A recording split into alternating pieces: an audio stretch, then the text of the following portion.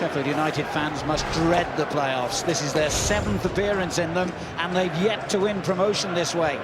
This is only the 2nd time that Yeovil have been involved in the playoffs. They clinched their place after finishing 4th, the club's highest ever position in the Football League. Sheffield United have mainly young and inexperienced subs bench, but they also include Danny Higginbottom, just back from injury. Gavin Williams and Angelo Balanta are 2 players who could come on and change the game for Yeovil. Cracking atmosphere, Don. What kind of game are you expecting? Yeah, looking forward to it, I really am.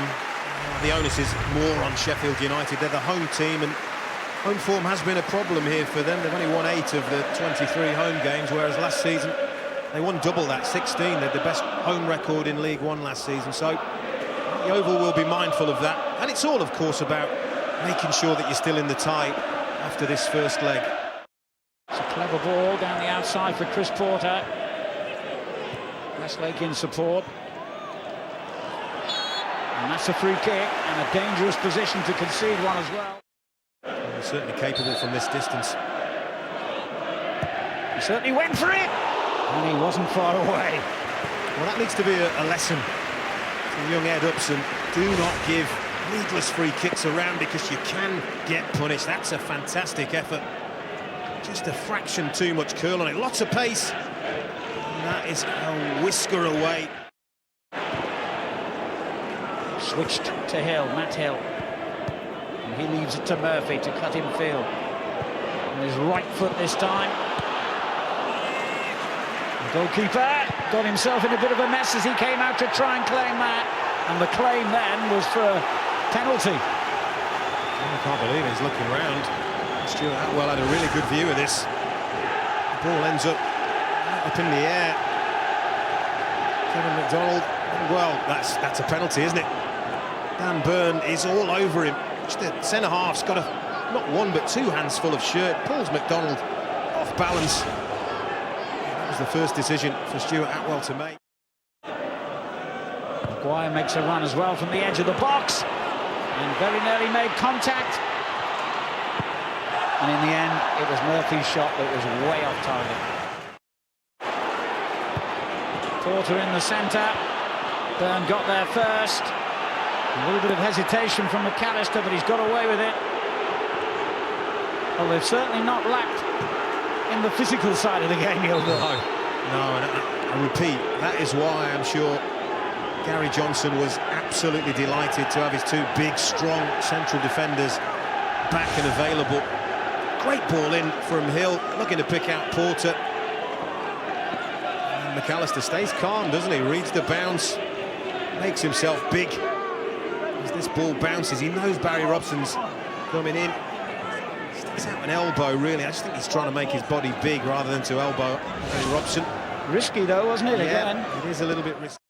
McFadzean, who's coming on in his place, is only 19, only made his debut earlier this season. He did actually start the last couple of games before tonight, but made way for the more experienced Robson. Hayter. And no, it was a late flag. I was about to say no offside, but the linesman delayed the decision. Well, my first instinct is that the linesman gets it right. Madden goes again a little bit early. And Matt Hill on the bottom, the left back, holds his run. And that's what leaves Paddy Madden offside. Nothing given as Hayter plays it down the line to Foley. Well, they think it's gone out of play, those Sheffield United players and fans on that side. As Hayter plays it on to Dawson. And back in towards the striker. And Dawson again. Well, there would have been real controversy if that had ended up as a goal, as you can hear. Steck instantly launches it to Madden. That was some clearance. And here is Madden. Couldn't find Foley. Foley's still in there, and Sheffield United breathe again. It's boiling up now in the last few minutes of the half. Foley goes down. Oh, there's another really strong challenge that the referee has to deal with. Well, Jamie McAllister, again, should know better. diving in, lunging in.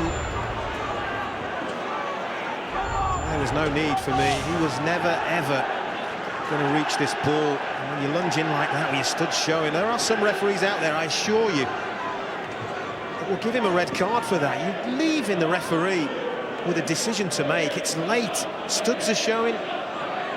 Catches Westlake. And it's one of those borderline yellow-red cards, isn't it? Ball played in behind the Yeovil back four as they were claiming offside. Ford had just gone on with it. He's available again here, but it's pulled back, and the deflection takes it in off the foot of the post. McFadzean, the substitute, scores the first goal. What a start to the second half for Sheffield United. Well, Yeovil felt that Chris Porter had strayed offside, but he hadn't timed his run to perfection. And from here, Yeovil, they just never really get themselves set. And for the first time in the match, it feels like somebody got to the byline and put a cross in. And McFadzean arrives at the perfect time. He doesn't get the greatest of contacts, but it's going on target, takes a deflection off Dan Byrne, and that completely wrong-foots Marek Steck, who's helpless in the goal, and Chris Morgan has finally got something to celebrate. How important could that prove to be? They've been excellent, and this is a good response from them to go in behind. They've retained their composure.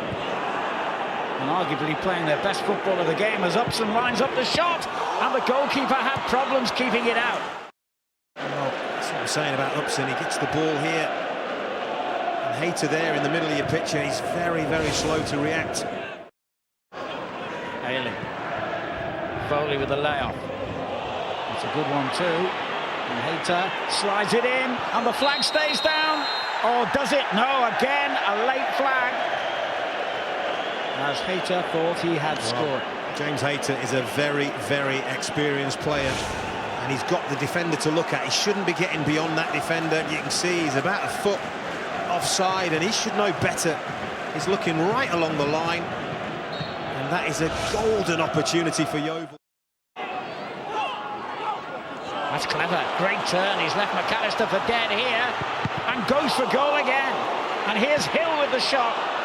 It was going miles wide. Well, Steck has just redeemed himself, because his poor clearance paved the way for all of that. And as Webster laid the ball back to him, he even said, calm down. Didn't have to kick it, but that's brilliant work from McFadzean. Leaves McAllister. It's a powerful strike. It's a really, really important hand.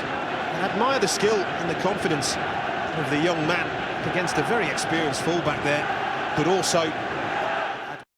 Now it breaks again to the goal scorer McFadzean. He's got Murphy completely on mark on the left. Ailing blocking his way forward, Porter there as well, and the shot wasn't that far off target. Upson. Foley's layoff. Edwards. Good pressure this. Dawson. Here's Ailing. And Madden coming in from the far side, almost equalised. Well, he should have equalised, and I think he knows it. He's got the run and the jump on Westlake at the far post, gets way above the fullback, and just totally doesn't get the contact he's looking for, any kind of a really good full contact, and I think Yeovil were drawing level here. What a chance. Madden on the halfway line has done well to keep possession there. That's excellent play by him. And Upson plays it on first time. Balanta's in the centre looking for a cross, which Ailing now provides and claims there was a handball. He's raced over to the assistant. He's convinced that should have been a penalty. You've got to ask yourself, how much of this is intent? Well, it clearly strikes the hand. There's a little bit of distance between McFadzean. Well, that's a penalty for me.